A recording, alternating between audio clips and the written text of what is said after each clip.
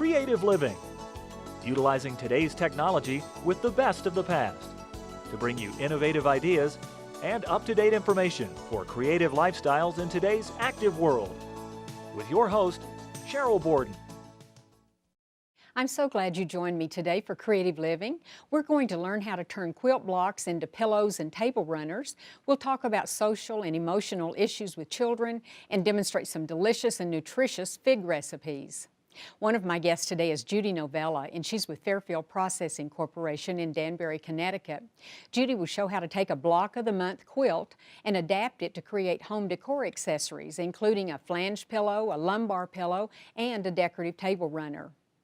Another guest is Peter Goodman, and he's an author who's written a children's book titled We're All Different, But We're All Kitty Cats. Peter's going to discuss one of the issues he covers in the book, and it has to do with engaging children in talking about social and emotional issues and how this can help all children deal with bullying behavior of others. Peter lives in Washington, D.C., and his company is Dream Big. And finally, we'll meet Carla Stockley, and she's a representative from the California Fig Advisory Board in Fresno, California. Carla will talk about the many nutritional benefits of consuming fresh and dried figs as she prepares several recipes. Carla, it's nice to have you here, and I always think it's wonderful when you can eat something and it tastes good and it's also good for you, and that's certainly what the figs are all about, isn't it? It is. Figs from California. We always say great things come from a great state, and California figs are an excellent source of dietary fiber. They're the only fruit that can make that claim. So an excellent source of dietary fiber per serving. They provide 5 grams of fiber. Fresh and dried figs, 3 to 5 figs. They're rich in antioxidants. The antioxidants actually rank higher than wine and tea in figs. And then there's sodium, cholesterol, and potassium free.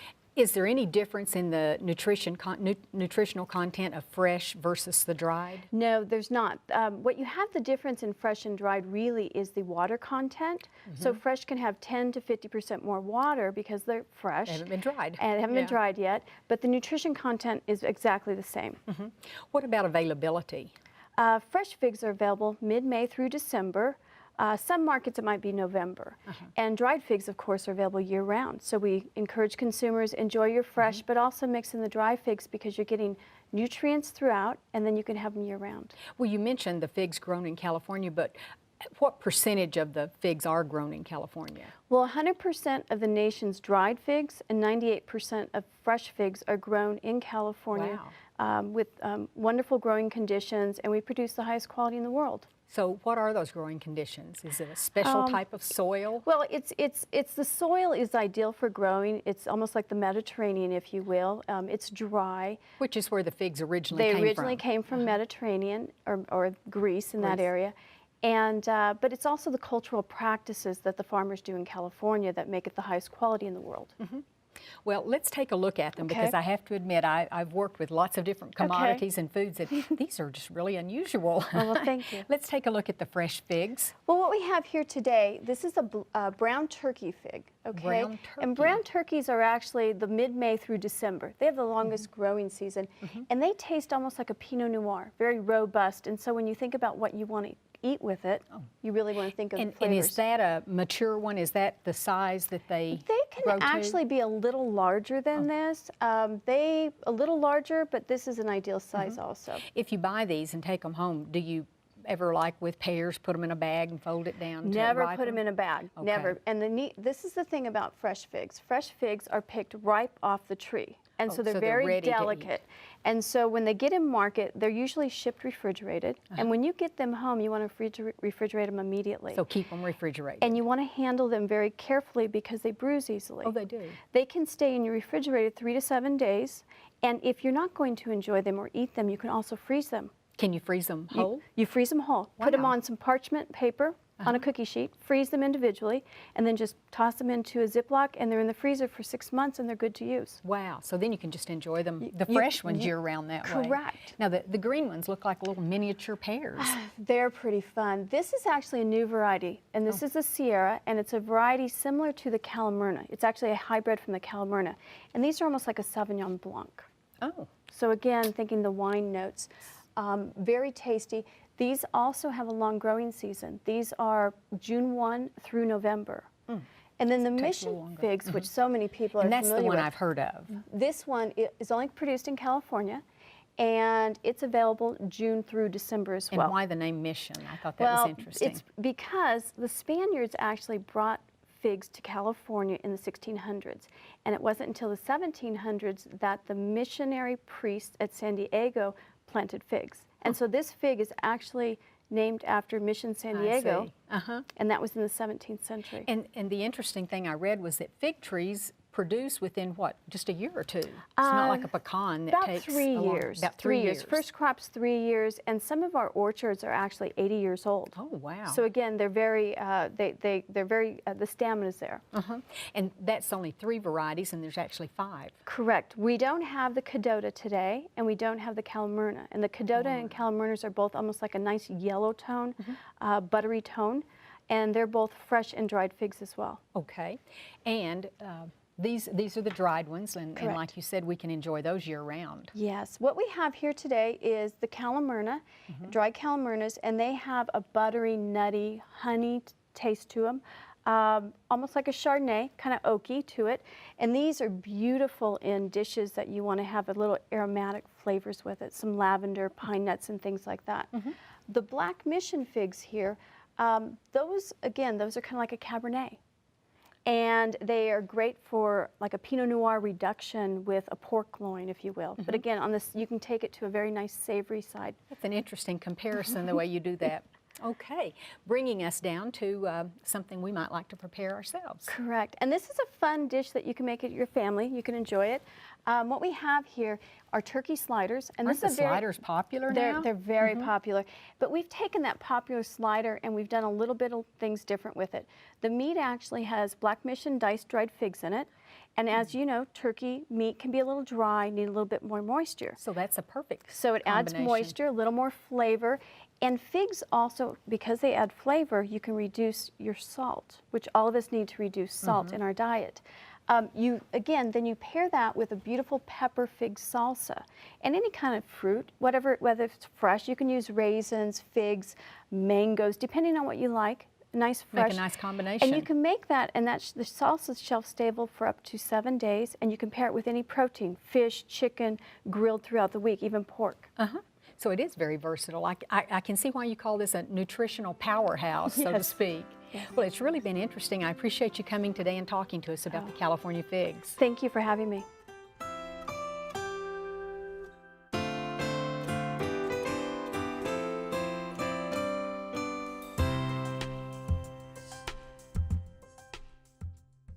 Peter, it's so nice to have you here, and I loved reading your delightful book for children. And I know in reading, there's been a lot written about emotional intelligence in children.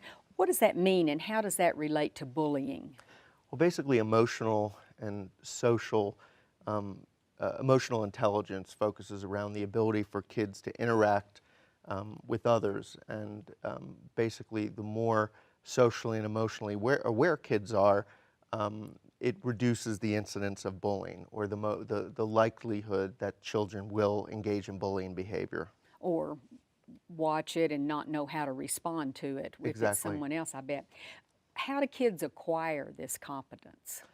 Well, emotional and social competence should start early. You know, the earlier you start at the pre-K level, preschool level, first grade level, learn behavior really starts early. And, the way to do that is, to use certain tools, like for instance in the book, to really give kids examples of good behavior. So providing role models, or the book, as like you say, as a resource. But besides, you said starting early, does bullying really start that early too? Yeah, it actually can start at the preschool level, even at 2 or 3. Even if it's a young child taking a shovel or a bucket from another child, you want children to... Depending on how they respond. Exactly, and to share with one another. And the more that you encourage kids to have that kind of collegial or sharing, perspective, establishing those types of behavior early really also relates to social emotional learning, because they become, more able to relate to one another. So it all goes along with, I guess, as parents and teachers and caregivers, help each child to gain more self-esteem. Is there a relationship between if a child feels good about themselves, that there will be less chance of the bullying problem?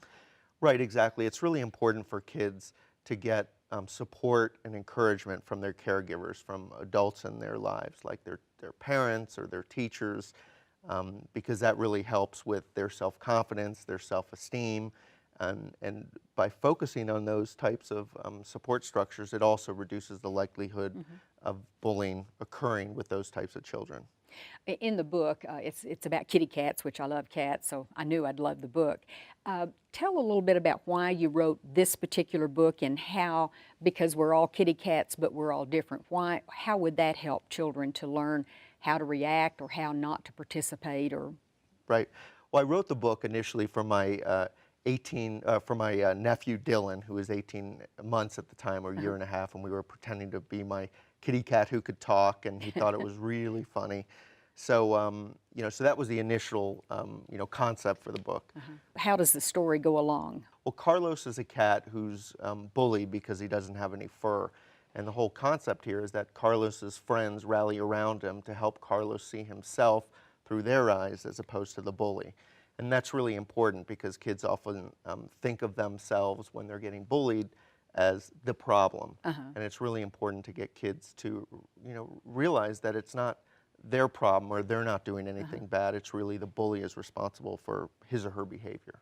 And the fact that when he goes home after that first day at school and he's very down and depressed because he was made fun of, even though the kids rallied around him, then it comes time for his mother in this case, or whoever the father could be, talks to him about helping him understand his good points. Right. And that's really critical, that you want to engage your child, and Carlos's mother asked him how he was feeling, what happened, what was the situation. She didn't just say, it's not your fault. She really got Carlos talking. So Carlos was able to express his feelings and emotions, and she was also able to reinforce the good things about Carlos, which helped his self-esteem and ultimately his confidence to go back to school the next day. Well, we won't give away the end because that's really a cute way that he begins to feel so good about himself. But like you mentioned, the conversation, sometimes rather than just approach a subject, a parent to a child, if a book can be read or a toy can be played with together, it opens the doors for conversation that might be awkward to bring up other ways. Right. And what we do, in the book is that there are about 10 questions at the end of this book and all subsequent books that really engage parents and teachers with the children to get them talking, to explore their emotions and their feelings. And the more they get them talking, it really helps everyone talk about difficult situations, especially in this case with regard to bullying. What are some of the other topics you hope to explore? Well, we're going to get into managing emotions, making friends, childhood fears, typical things that children face, and I know these are things that I even was concerned about or worried about when I was a kid. So a lot of the topics stem from my own feelings and memories when I was a kid. Yeah, and curriculum is available for teachers? Right. We're developing curriculum that's, in this case, because the book focuses around bullying, that's focused around bullying in this case, and it's for pre-K to grade 3 teachers. Oh, right. Wow. And yeah. Well, it's a cute book. I'm anxious to read it to my granddaughter because she's in kindergarten, and I think this will be a great way to talk about things maybe that are happening at her school that I don't know that's going on. So you've really done lots of parents and grandparents and teachers a big service. I appreciate you being here today. Well, thank you for inviting me.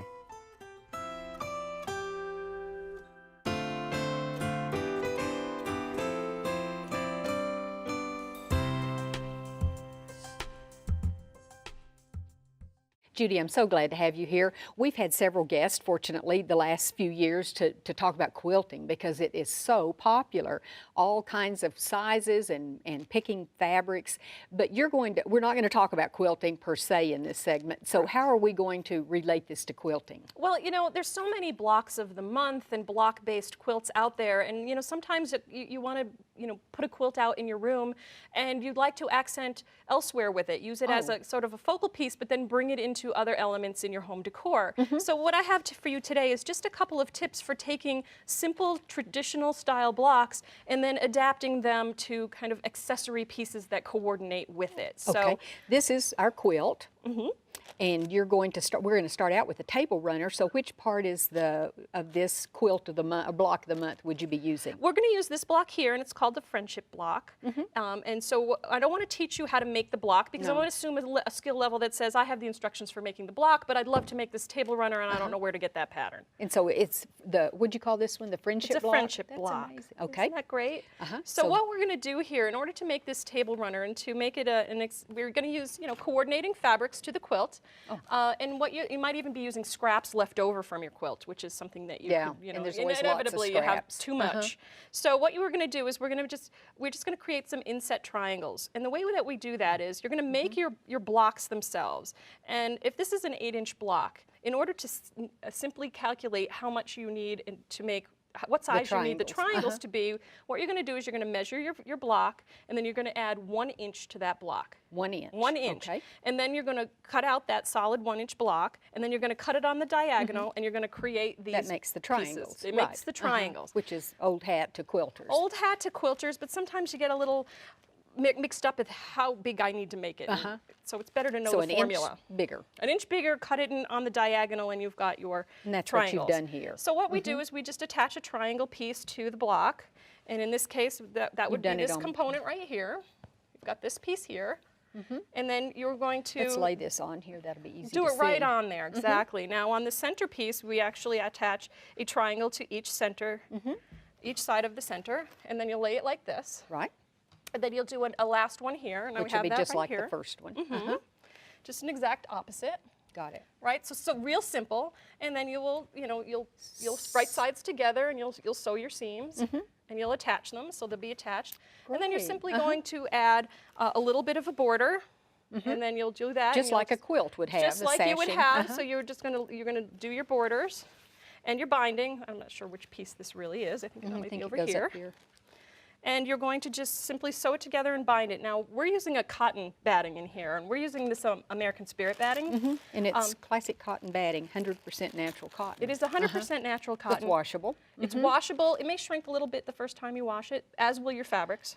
So, but what's really great about it is it gives your quilt a really flat finish. So if you were actually going to set something on top of it on your table, like a candelabra or protect something, it. it will be nice and flat and stable for you. Sure. Plus it gives you some nice stitching definition. You can really see the stitches here on this quilt. This happens to be coordinated threads, but if you used a contrasting thread, you'd really be able to see that stitch pattern. That's pretty.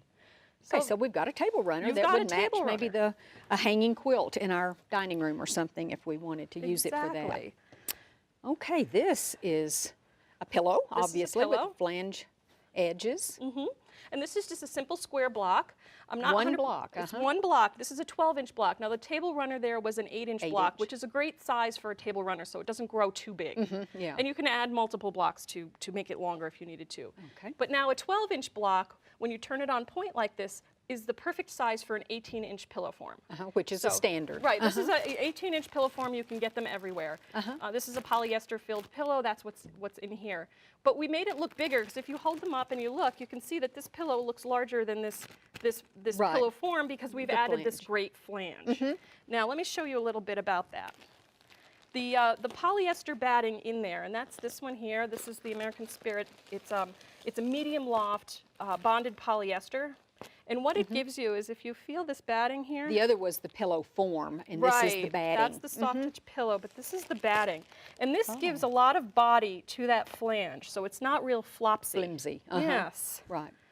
So again, what we did was we made our block, That was just a standard quilt block. standard quilt block, and again, we added 1 inch to the overall size and created squares, and we cut them in half, and that's what gives us our Oh, you corner can see pieces. it. Uh-huh, Let's right see, here. I'll just move that right off. Uh-huh. So quite simply, you just add these 1/4 inch seam, right sides quarter-inch together. seams, right sides together. Very easy to do. So you then sew on the flange around the edge, so you'll get that flange piece just like we have here. We actually do that on the piece itself. So here we've got it all pieced the together. 4 triangles, and the Exactly. flange is on. And the flange. And so then you're just going to layer it together. It's like a sandwich technique. It's a sandwich technique. Now what you do is you go ahead and you sew this all down. And I noticed you create cut your- the other a little bit larger so you've got some wiggle room, some room to work with. Yes, a little bit of wiggle room, and you actually set your flange up here Uh-huh. with your backing, Uh-huh. and you turn it. And then when you go and we did an envelope back. So if you turn that pillow I like- over, you'll see the yeah. envelope back. And what that is it allows you to slip in your pillow form, and you can take it in and out, and you don't have to fuss with zippers or anything. Oh, yeah. And it's quite simply just 2 pieces of fabric with a hem that are overlapped. And so we overlap them, and that's way when you actually sew this pillow down, you just sew along these edges because your flange is already made with the lining piece. Then you're just going to have your back, and then when you turn it right side out, you have this simple Way to opening. slip it in. Perfect. So just a real easy way to make a pillow with a flange, and it makes a big statement because it's much larger than the original pillow form.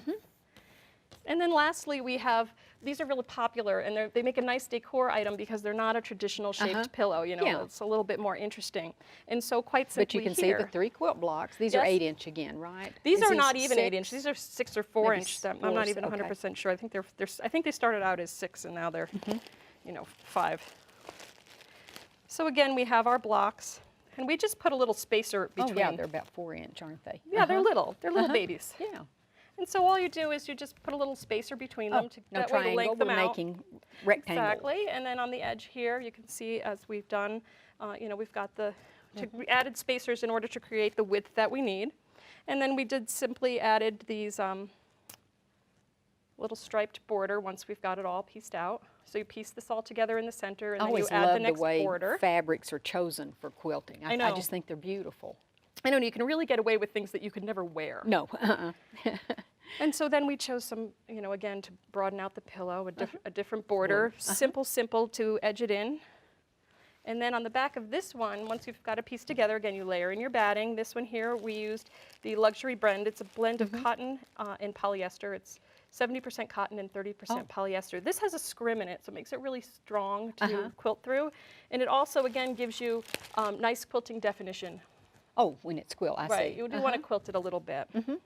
So, and again, we finished this one with an envelope.